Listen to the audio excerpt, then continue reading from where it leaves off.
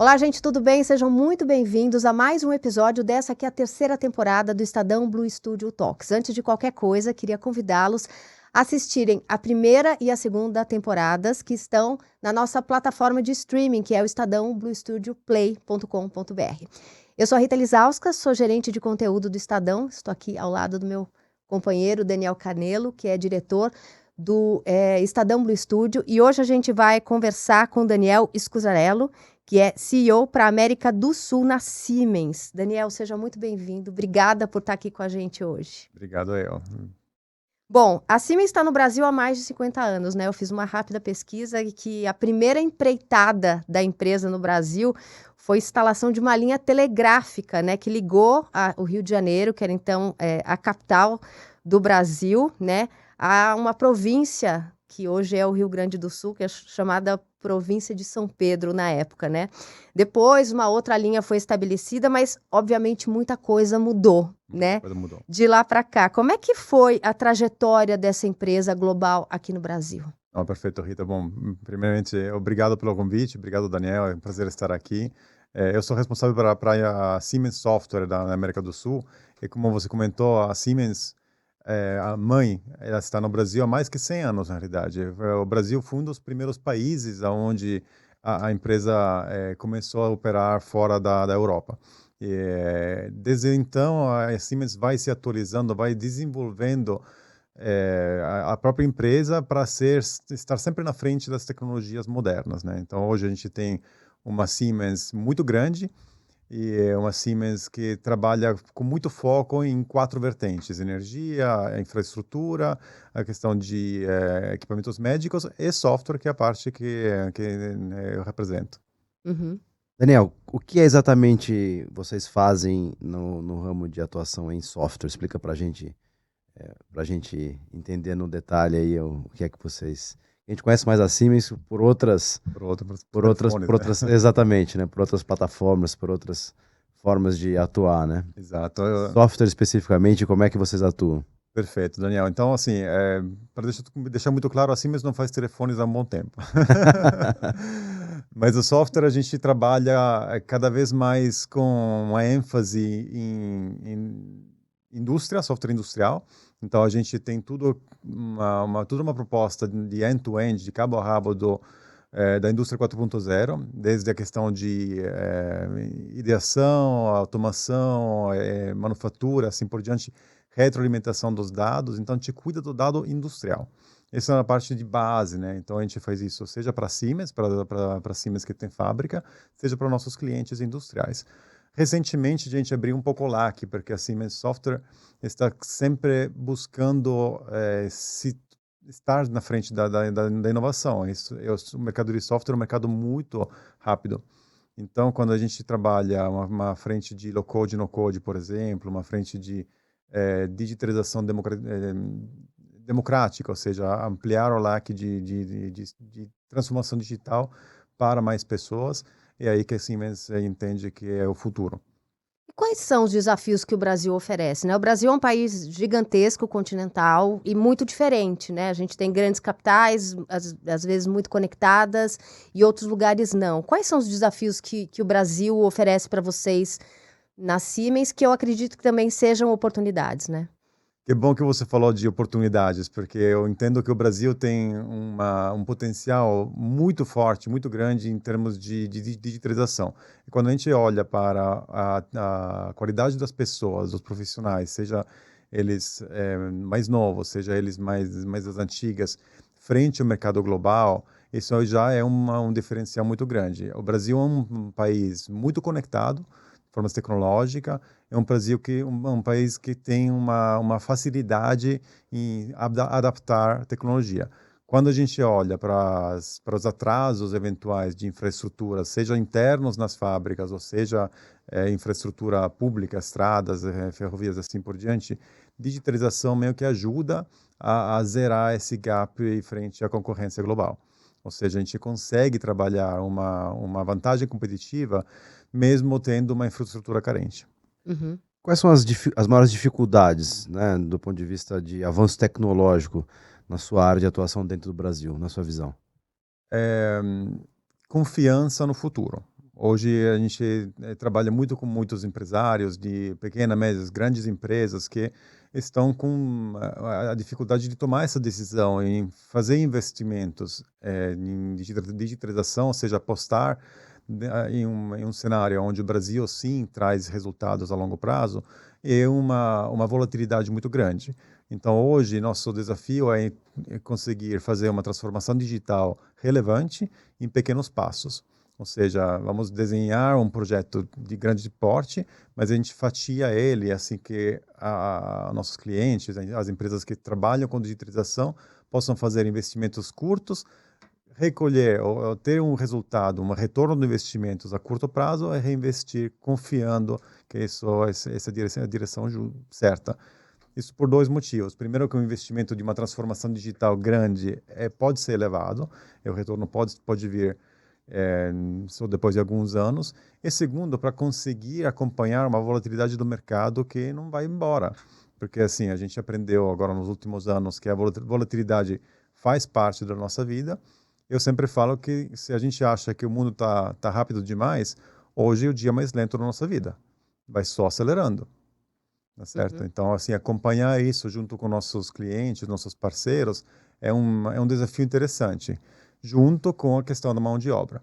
Ou seja, a tecnologia digital, antigamente se falava muito, quantas pessoas eu consigo reestruturar, o meu retorno do investimento está na redução de mão de obra. Hoje não se fala mais disso, porque por quanto que a digitalização possa render obsoletos alguns tipos de trabalho, para cada emprego que a digitalização toma, entre aspas, né, a gente fala muito de inteligência artificial, por exemplo, existem dois cargos e meios que a gente não tem pessoas para preencher.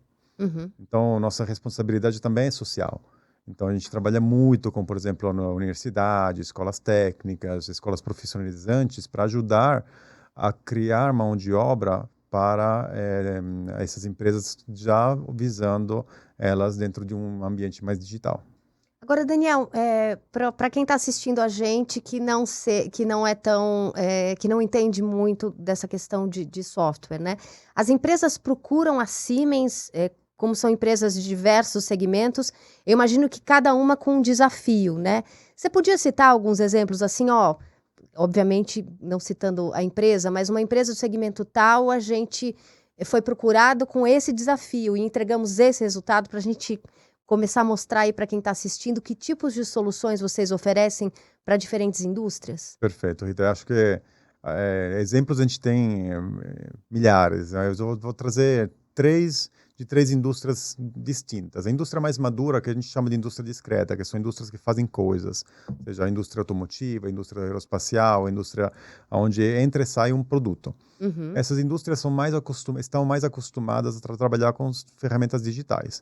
Então, lá, o nosso desafio é entender como é que a gente ajuda eles a ser mais eficientes dentro das tomadas de decisão.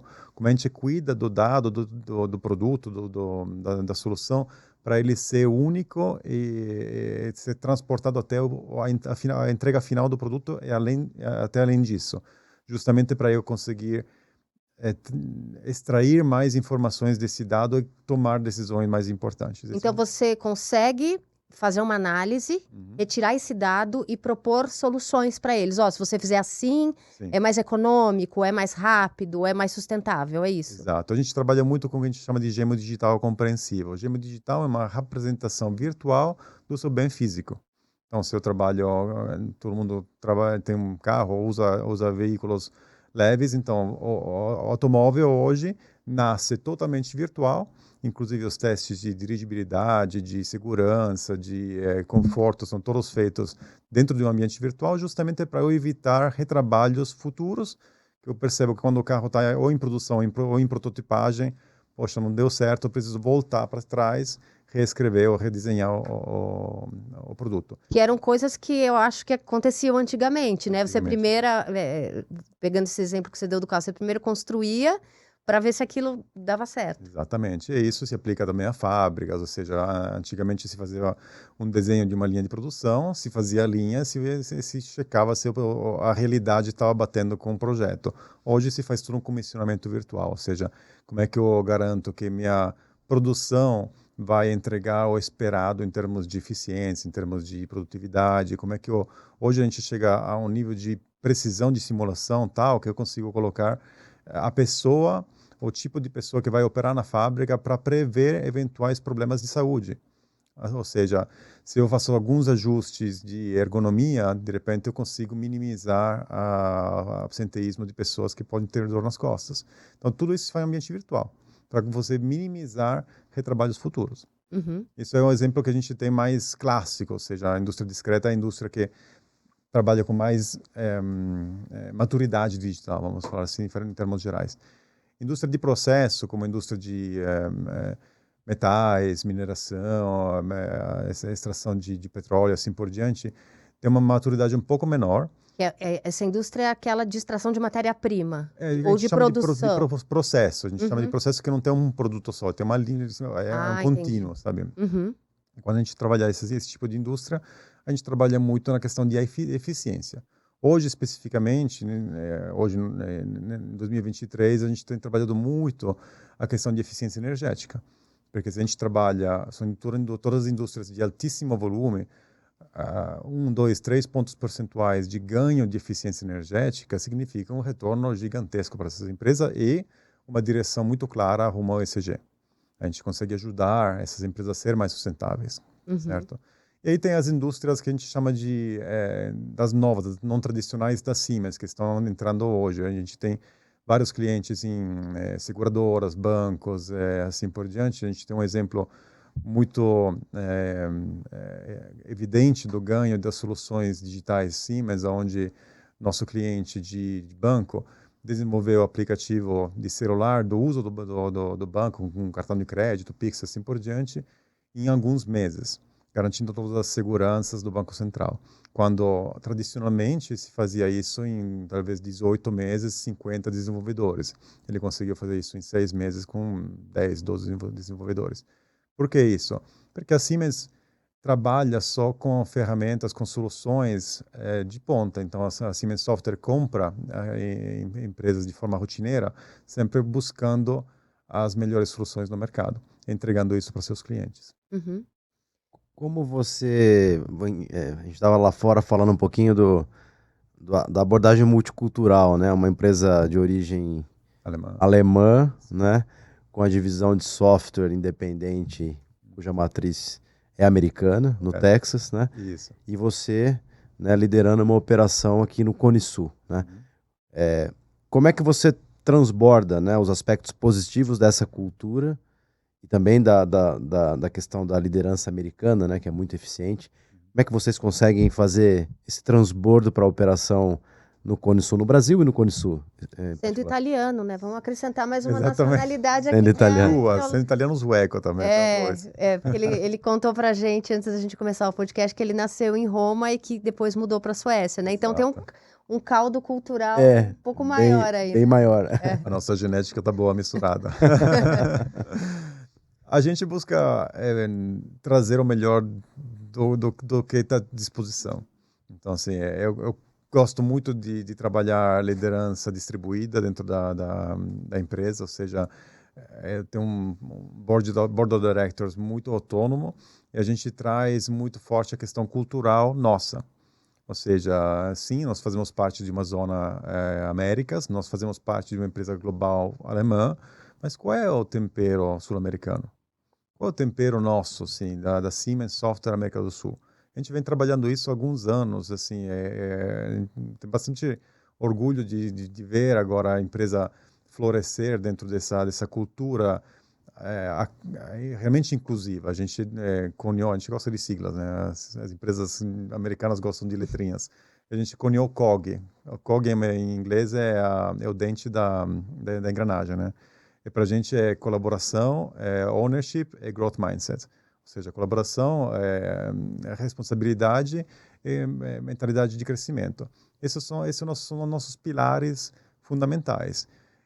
Isso é inspirado do americano, que tem algo parecido, mas muito mais focado no resultado, e dentro da governança alemã. Então, a gente tem encontrado um ponto de encontro muito interessante, onde a gente se reconhece como empresa e reconhece, inclusive, vamos falar, nossos ancestrais, né? O ancestral alemão é nossa origem, nosso sangue americano, que é um sangue muito eficiente. E dentro dessa cultura, o resultado vem como consequência de um trabalho focado no cliente. Então, assim, não sei se eu respondi sua pergunta, mas é isso que a gente faz. Ô Daniel, esse desafio da transformação digital, você citou ele um pouquinho aqui antes e eu queria voltar a esse assunto, né? Às vezes as empresas sabem que a transformação digital é necessária porque elas ouvem, todo mundo está falando disso, eu também preciso ser digital, mas às vezes eles não sabem por onde começar e nem por que que eles têm que ser digital, por que que eu preciso me transformar, se a minha empresa, né, tem tanto tempo e vai tão bem, né? Como é que essa questão da transformação digital impacta no resultado das empresas? Por que que ela é necessária? E que você deu alguns exemplos, né? O que vocês oferecem? Vocês fazem um diagnóstico dessas empresas que sabem que precisam ir por esse caminho, mas não sabem muito bem como começar?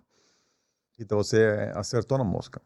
Muita, assim, a grande maioria, especialmente no Brasil, onde a população, a constelação de empresas médias, familiares, até grandes, assim, com autonomia brasileira é muito grande. E tem essa dúvida, porque assim, tá todo mundo falando de digitalização, mas o que é esse negócio? Tava tudo indo tão bem até agora, porque meus filhos estão falando que eu tenho que fazer, mas, Eu né? botar a empresa no TikTok, o que é isso? A gente vem trabalhando essas questões justamente onde você colocou. Porque antigamente assim, parece que passaram 20 anos, passaram 3, 4 anos. As empresas entenderam a urgência da digitalização, a grande maioria foi atrás do que a gente chama de Big Bang, ou seja, esses projetos gigantes de digitalização que na pandemia foram tudo para água abaixo, porque mudou o mundo. E hoje o pessoal está mais mordido, tá? Tipo assim, poxa, eu gastei tanto dinheiro nesse negócio que não deu certo, ou que deu certo, mas não conforme esperado, o que eu faço agora?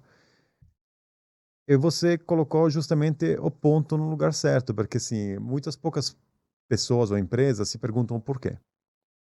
Por que eu preciso fazer uma transformação digital? Qual é o propósito final, o meu desenho de estado atual, estado desejado, dentro de uma transformação digital?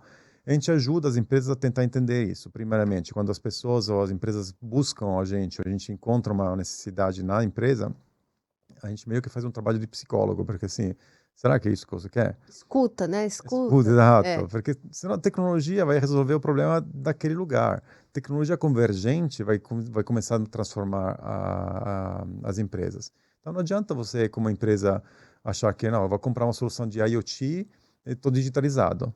Tá, você vai acumular terabytes de dados por dia. Você tem um sistema, uma organização para ler esses dados. O que você vai querer extrair desses dados?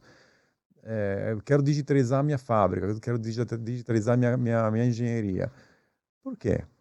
Qual é o problema que estamos tentando resolver? A gente tem um time de especialistas que faz isso, faz um assessment as is and to be, ou seja, o estado atual, o estado desejado, claramente, dentro das soluções Siemens. Entendendo também que empresas têm soluções antigas, legados, que funcionam super bem, não é para jogar tudo fora e colocar tudo Siemens, não é essa a ideia. Tentar entender cada receita, cada ingrediente do que a empresa tem, o que pode ter para maximizar o retorno em curto prazo. Sempre partindo, deixando muito claro o porquê. Não é digitalizar por digitalizar. Não, isso está errado. Uhum. A digitalização virou uma necessidade, assim, não é mais uma coisa que é bonita ter para colocar no relatório dos investidores. É uma coisa que é urgente estar realmente nas portas do Brasil, das empresas, é um fator de sobrevivência futura. Ou seja, para eu conseguir competir dentro de um mercado global, dentro de um mercado interno, eu preciso ter uma eficiência muito maior. Eu preciso ter para ter eficiência, eu preciso ter um controle, ter uma visão sobre meus dados. Isso se faz com digitalização. Só que como começo e por quê? É aí que a gente começa a traçar essas que a gente chama de trilhas digitais. É uma jornada. E digitalização não tem fim. Não é uma coisa tipo assim, comprei a indústria 4.0, pendurei na parede, está tudo certo. Não, aí você começa uma jornada digital e você vai evoluindo na medida que o software, as soluções, as possibilidades, as oportunidades evoluem também. É uma abordagem bastante consultiva, né? Muito. Vocês entendem aí os clientes de vocês em profundidade Uhum. e procuram aí as soluções que enderecem os principais problemas, né? Imagino que isso tenha uma implicação operacional grande, né? Vocês precisam ter sempre gente ultra qualificada para fazer isso, Sim. treinada e etc, etc. Como é que vocês escalam esse modelo de atuação? Dentro, a gente tem várias frentes de atuação. Nosso go-to-market, nossa abordagem ao mercado por indústria. Justamente para conseguir atender o que você comentou, ou seja, como é que eu consigo ser mais prescritivo, consultivo possível, dentro de um ambiente onde a gente tem um continente para cobrir. Então, assim, nossa empresa inteira é verticalizada por indústria para a gente saber onde buscar informações. Essas pessoas acostumam fazer parte de associações de classe, de realmente participar a tomadas de decisões da indústria. Isso resolve talvez 2% do que a gente tem como uma potencial de mercado, porque a gente tem um continente com dezenas, se não centenas de milhares de potenciais clientes. A gente tem uma atuação muito forte em canais indiretos também. Ou seja, nossos parceiros de representação trabalham ou uma região ou uma indústria da mesma forma, com uma atuação mais capilar. Então, assim, o desafio sempre é conseguir atender da melhor forma a nossa base de clientes, nossa base de parceiros, sem necessariamente inflar a empresa, porque eu poderia contratar 1.000 pessoas e ainda estou carente de cobertura, sabe? Uhum. Você falou da pandemia, assim, en passant, queria falar um pouquinho desse período que a gente viveu, que foi um período que ninguém imaginava, né? Nem as pessoas físicas, nem as pessoas jurídicas, de que isso fosse acontecer. E foi muito desafiador para todo mundo e para algumas empresas até fatal, né? Como é que foi para a Siemens esse período? Porque era um período em que as pessoas tinham que ficar em casa, as empresas afastadas muitas vezes seus funcionários e precisavam continuar trabalhando, fazendo a roda girar. Como é que foi a pandemia para a Siemens? Para Siemens Software foi relativamente tranquila a questão da mudança de sair do escritório para casa, que a gente trabalha de forma digital. Então era só levar o notebook, o computador, a tela, a cadeira, as coisas para casa e trabalhar de lá. Nós rapidamente atendemos a demanda dos nossos clientes em mudar de rumo. Então, por um bom tempo, Imagino. a gente deixou realmente o resultado do lado, falou, ok, agora a gente tem que fazer uma ação quase social para conseguir ajudar a empresa que hoje faz meias para fazer máscaras, a empresa que faz equipamentos de carro para fazer aparelho para entubar pessoas e assim por diante. Então a gente ajudou com ferramentas digitais praticamente gratuitas, com soluções por um tempo justamente para acelerar a resposta ao problema. E aí a gente acompanhou essas mudanças, onde as empresas, as indústrias mais tradicionais foram chacoalhadas bem, né? E isso abriu espaço para estudar novas indústrias. Ou seja, a gente tem muitas empresas que ou contrataram pessoas de indústrias totalmente diferentes, ou começaram a atuar, de fato, em indústrias diferentes. E isso requer uma base de conhecimento, uma estrutura diferente do que se eu sempre faço a mesma coisa por 150 anos. Hoje estou fazendo peça de carro e equipamentos médicos. Hoje estou fazendo meias e máscaras. Como é que eu faço esse tipo de alinhamento dentro das fábricas, por exemplo? Isso a gente ajudou para fazer. Então, houve casos de empresas que mudaram ali o core business. Muitas. Pequenas, grandes, médias, assim, muitas startups também que procurou a gente para ter uma ideia aqui para resolver o Covid. Então, aqui tem um pacote de software sem custos, vai desenvolver o negócio. Quando você vira uma empresa incubada, a gente trabalha junto. A gente tem um programa de startup muito forte. Uhum. Empresas médias, onde tem ideias de robotizar a questão da limpeza hospitalar para minimizar a exposição humana a eventuais vírus. Cada ideia a gente estudava junto, fazia, questionava de forma consultiva. Então, assim, algumas ideias não estão fora da caixa que eram inviáveis na questão econômica, na questão de produção. Outras deram certo. Uhum. E viraram depois um negócio para a Siemens, depois que passou esse momento desse software gratuito, né? Essa questão social de apoiar essas empresas, depois algumas viraram clientes? As startups, assim, sempre tem uma porcentagem de queda, ou seja, a startup que não vinga, mas aquelas que vingaram com certeza. Uhum. As empresas que mudaram o foco temporariamente para o Covid, muitas delas voltaram ao core business ou abriram um pouco o leque de produtos que estão utilizando, mas aquela bolha, aquela demanda gigantesca de 2020, 2021, Sim. se atenuou e a rede de distribuição se acalmou também. Uhum. Qual foi o principal legado desse período para vocês? Pessoas ou pessoas jurídicas? Porque pessoas físicas tem muitas. Pessoa jurídica, para a companhia. O legado foi realmente entender que o cliente, o problema do cliente não é sempre o que eles veem a primeira fala, não é, a gente tem que ir atrás de realmente entender qual é o que a gente está tentando resolver junto com o cliente. Então, se essa venda consultiva, essa abordagem consultiva que a gente estava falando, nasceu um pouco como filho do Covid. Assim, a gente já estava trabalhando isso no passado, mas esse entendimento, esse tempo investido lá no começo do processo é muito importante, porque, como eu falei, muitas vezes o cliente vem com uma necessidade, com uma demanda que não é a demanda, é um sintoma, a gente vai atrás da doença. A gente vai buscar a causa raiz para trabalhar aquela causa raiz, que é lá que tem o maior retorno do investimento, sabe? Uhum. Então, eu acho que esse aqui deveria ser, para a gente, como Siemens Software, é o maior legado. A gente falou de transformação digital, né? Da empresa que chega e fala, preciso fazer, não preciso fazer. Eu queria falar de agenda ESG. É uma coisa que também está posta. Algumas empresas têm isso internalizado, entendem a importância disso. E outras que percebem pela demanda do mercado consumidor e dos seus concorrentes que precisam entrar nessa pauta, né? Como é que vocês atuam para ajudar essas empresas para reconhecer o que pode ser feito, né? Ou de meio ambiente, ou no social, enfim, como é que vocês auxiliam as empresas nessa agenda? Ótimo. A última pergunta é muito atual. Então, assim, quando a gente fala de causa raiz, muitas vezes a gente chega em um dos pilares da ESG, porque hoje é um motor muito grande para as empresas buscar eficiência, buscar sustentabilidade, buscar governança. E a gente trabalha todos esses pontos com software.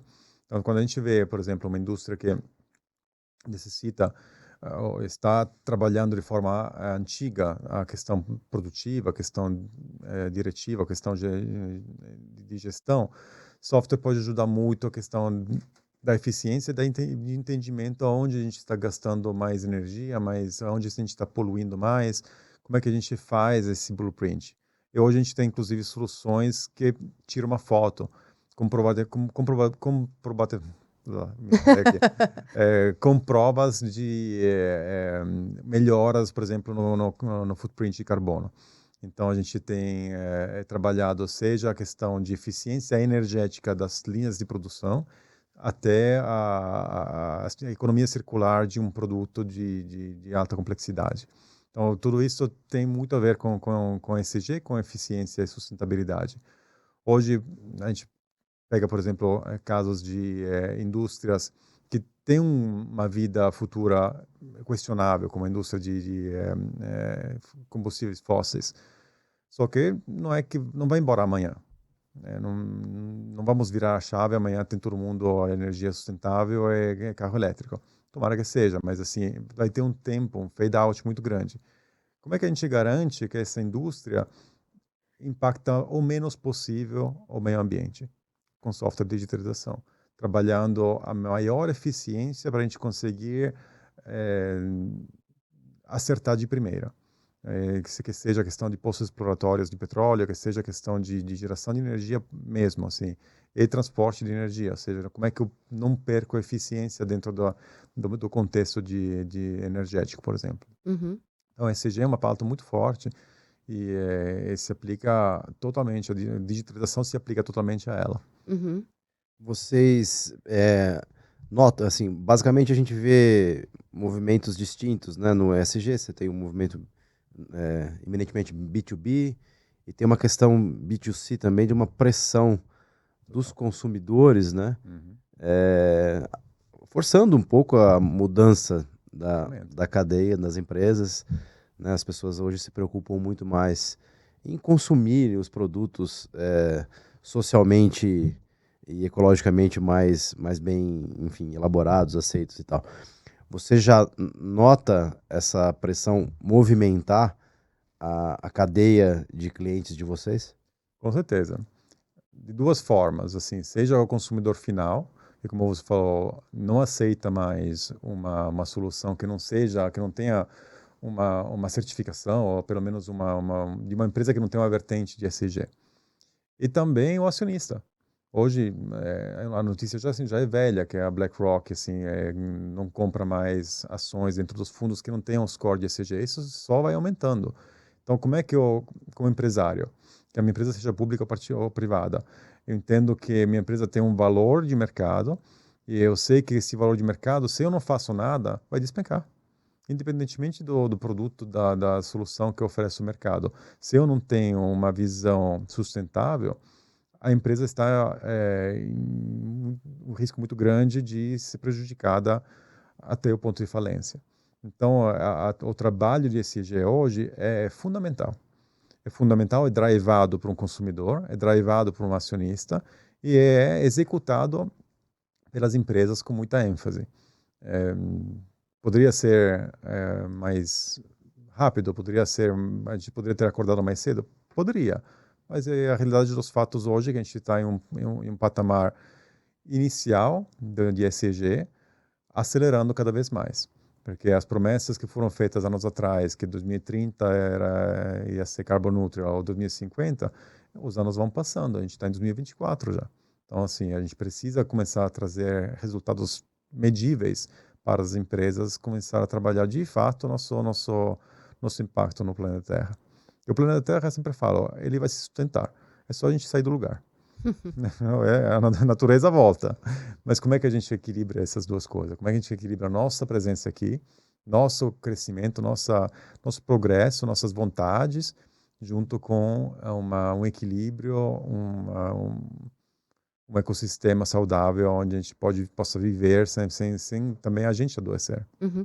Daniel, a gente não para de ouvir sobre inteligência artificial também, né? Como é que a Siemens vê todo esse movimento crescente no mercado, em diversas indústrias, em diversas vertentes de inteligência artificial? Como é que vocês trabalham com isso no negócio de vocês?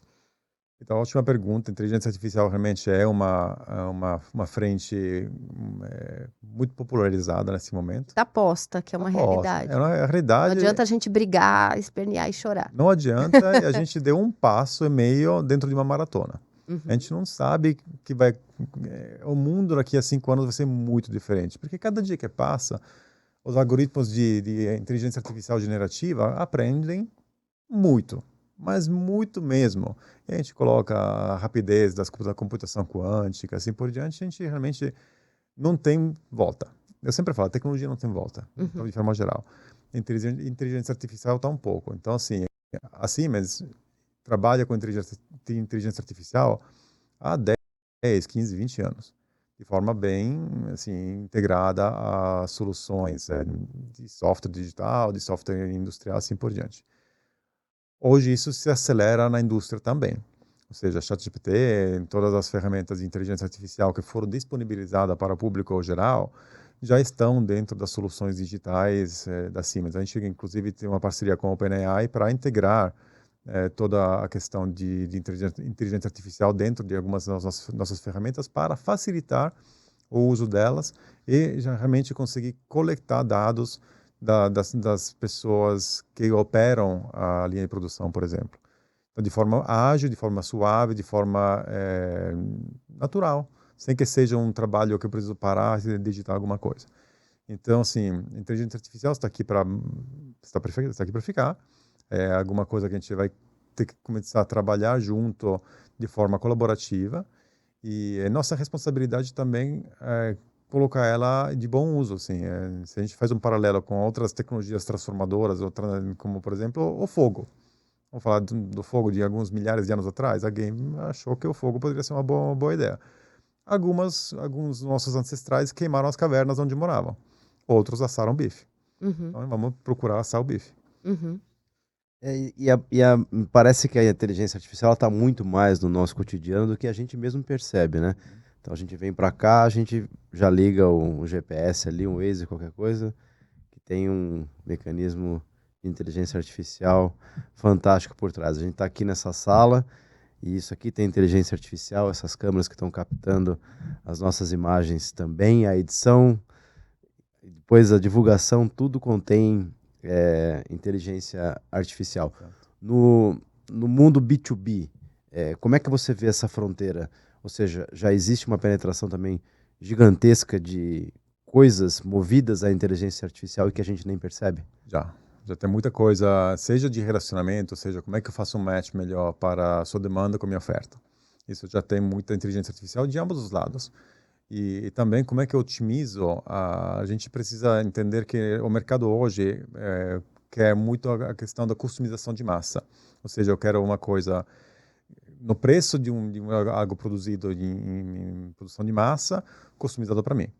E isso, se faz manualmente, eu não consigo atender as duas demandas. Eu preciso necessariamente entender que a inteligência artificial possa me ajudar a desenhar a melhor solução para ti. Ou seja, para você, missão para ele. Então, assim, a gente vai tentando utilizar as soluções de inteligência artificial e os dados que a gente vem coletando, por exemplo, de uma fábrica, para ajudar a tomada de decisão. E isso já vem acontecendo há alguns anos. E isso vai cada vez mais se acelerar. Daniel, a inteligência artificial ela aumenta a competitividade, a produtividade, ela é necessária, ela está posta. Mas ela pode acabar com uma série de empregos mesmo? Você concorda com essa discussão que está sendo colocada? Mesmo que, sei lá, não exista nada que a gente possa fazer em relação a isso, você acha que ela pode realmente acabar com algumas funções que existem até hoje? Pode ter uma inteligência artificial te entrevistando aqui no próximo podcast, substituir aqui a nossa presença ou eu não gostaria, que eu gosto muito de relacionamento. De contato humano. Mas, assim, de fato, a inteligência artificial, não é que pode, já está. Já está reduzindo, reformulando, tirando empregos tradicionais. Então, assim, desde os mais conhecidos, que é a questão dos advogados. Eu tenho um exemplo em casa, minha esposa é médica neurorádio. E ela, alguns anos atrás, começou a estudar psicoterapia, então tudo certo, porque relacionamentos ainda a inteligência artificial não vai fazer. Mas a questão do laudo neuroradiológico é uma questão de leitura de imagem. O que é uma imagem? Pixels. Dados, 1 e 0. A inteligência artificial pode fazer 90% dos laudos.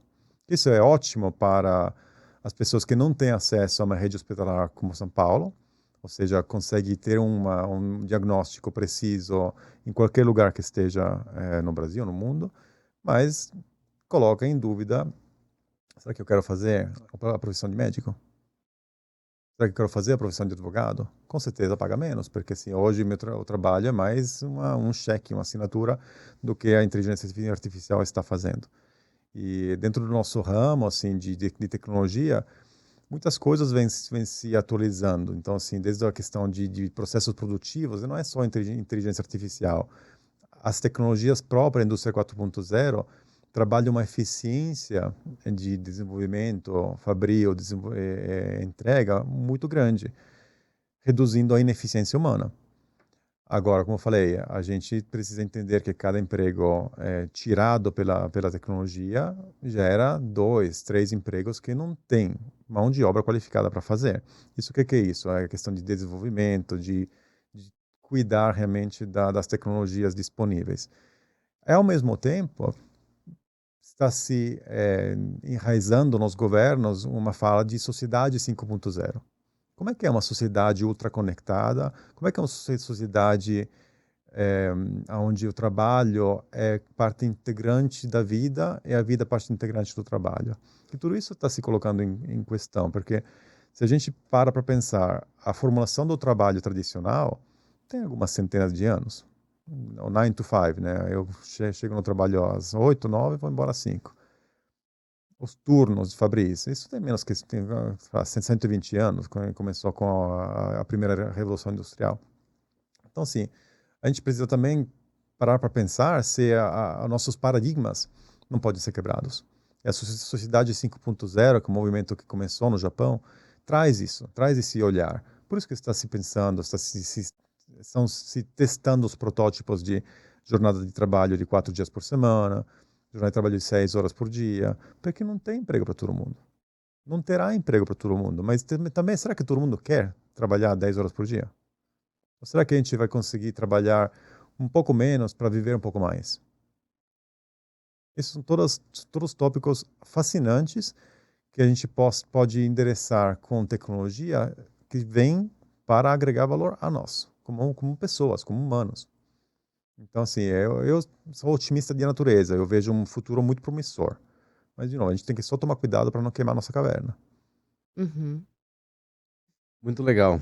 Queimar a caverna é uma boa brincadeira. Ouvindo você falar assim, a gente tem a impressão de que aquele futuro que a gente via nos filmes, no desenho animado, é hoje, né? Mas a gente ainda tem um futuro, né? Hoje é presente, hoje não é futuro, né? Como é que você consegue ver? E essas mudanças acontecem cada vez menos tempo, né? Como é que você vê esse cenário daqui a 5, daqui a 10 anos? O que você acha que tá para acontecer? Se eu tivesse a resposta... É a pergunta de $1 milhão, né, Daniel? Acho que até mais. Mas, assim, estudando um pouco o que, por exemplo, o pessoal da Singularity University traz, ou o Rick Kurzweil, ou o Peter Diamandis, assim, são cenários muito interessantes.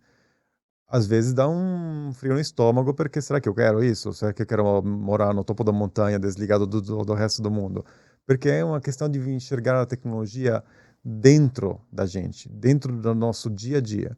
Então, assim, o Kurzweil, quando ele lançou aquele livro Singularity Now, que acho que foi em 2009, ele projetou uma singularidade onde a inteligência artificial chegava no ponto de lógica a par da gente, que acho que era para 2029. A gente está aí, acelerou.